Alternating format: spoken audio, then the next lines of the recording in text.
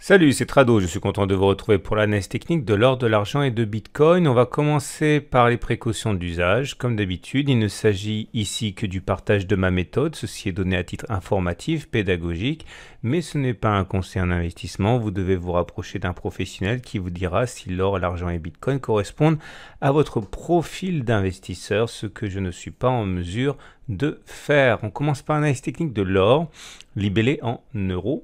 Et voilà où nous en sommes. Tout d'abord, comme vous pouvez le voir, on est en tendance haussière puisque les cours sont au-dessus de la moyenne mobile à 20 semaines qui elle-même est montante.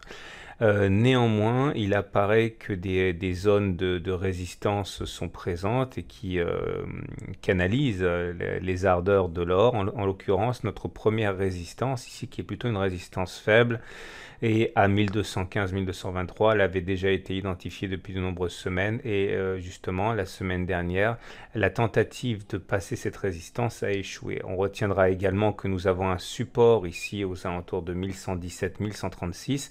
C'est une zone de support fort et comme elle se conjugue d'ailleurs avec la moyenne mobile à 20 semaines qui a tendance à jouer un rôle de support également, on peut considérer que nous soyons sur cette zone, dans une zone d'accumulation rationnelle. La prochaine zone d'accumulation rationnelle serait aux alentours de 1082-1094.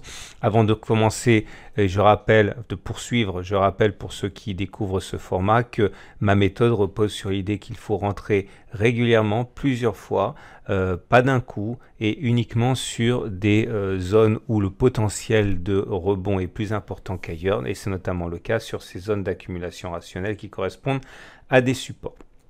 On passe à l'or libellé en dollars cette fois, et l'or libellé en dollars est également en tendance haussière. Vous le voyez, nous sommes au-dessus d'une moyenne mobile à 20 semaines qui croît. D'ailleurs, on rebondit là-dessus. On retrouve ce qu'on disait tout à l'heure sur le fait que les moyennes mobiles à 20 semaines ont tendance à jouer un rôle de support. La zone des 1280-1295 est en fait ici une zone de support. On voit qu'elle a canalisé la baisse des cours depuis 6 semaines. Et je considère que même si c'est un support faible, il s'agit pour moi d'une zone d'accumulation rationnelle. La prochaine se situe à 1234-1243, c'est également un support faible.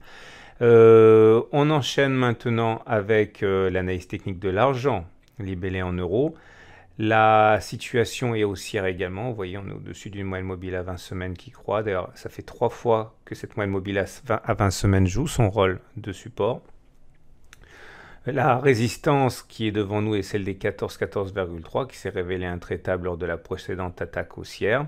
Le support auquel on peut penser immédiatement est celui des 11,5-12,4. Ça sera un support faible, mais néanmoins une zone d'accumulation rationnelle selon ma méthode.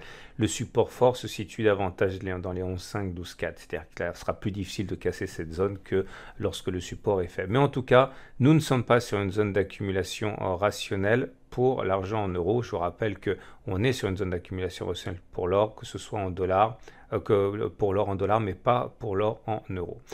Revenons donc à l'argent, mais cette fois-ci en dollars. Nous ne sommes pas dans une situation aussi flatteuse puisque nous sommes en dessous de la moyenne mobile à 20 semaines qui monte, donc on est en tendance neutre. Si on était en dessous d'une moyenne mobile à 20 semaines qui descendait, on serait en tendance baissière, on est simplement en tendance neutre.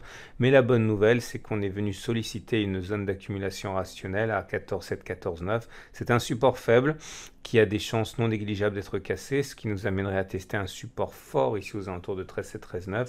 Mais il demeure que dans ma méthode, c'est une zone où à titre personnel, je peux accumuler.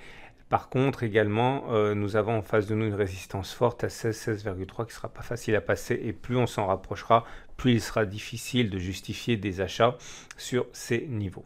En tout cas, les incursions sur la zone des 14,7, 14,9 sont pour moi l'occasion éventuellement d'accumuler. On passe à Bitcoin libellé en dollars et là je suis vraiment très content de vous avoir mentionné cette zone d'accumulation rationnelle depuis des mois en vous disant qu'il était justifié à titre personnel d'accumuler. Vous voyez, on a perdu, même si j'avais à aucun moment envisagé qu'on puisse prendre 20% en quelques heures et beaucoup plus depuis qu'on a testé la zone d'accumulation rationnelle. Il est clair qu'on en a tiré parti quand même puisqu'on avait accumulé sur ces niveaux.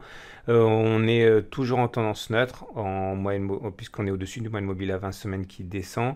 La prochaine zone de résistance, c'est à 5700-6150 $. C'est une zone de résistance faible. Par contre, la zone des 3100-3700 $ est un support fort. Et si on devait y revenir, ce serait une zone d'accumulation rationnelle. Et on termine avec l'analyse technique de Bitcoin libellé en euros, schéma assez proche, hein. On avait signalé le fait qu'on était sur une zone d'accumulation rationnelle dans les 2700-3200 €, et ce qui a permis de bénéficier en fait de l'explosion haussière de ces dernières semaines, en particulier de cette semaine qui vient de se terminer.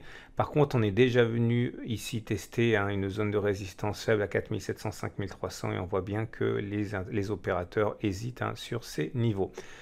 Voilà ce qu'on pouvait dire pour ces trois éléments. Je vous rappelle que mon partenaire privilégié pour l'or, l'argent et Bitcoin, c'est aucoffre.com.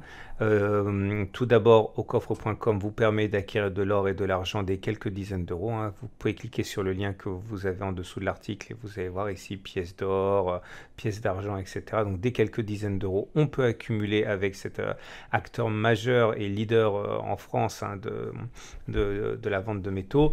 Et également, vous pouvez vous procurer des bitcoins que vous pourrez mettre en fait sur votre ledger, sur votre portefeuille, et qui sera ensuite sécurisé dans un endroit loin des attaques de crypto-monnaies, de sites de crypto-monnaies comme on peut en voir régulièrement. Voilà, je vous souhaite une excellente journée et je vous dis à la semaine prochaine pour la mise à jour.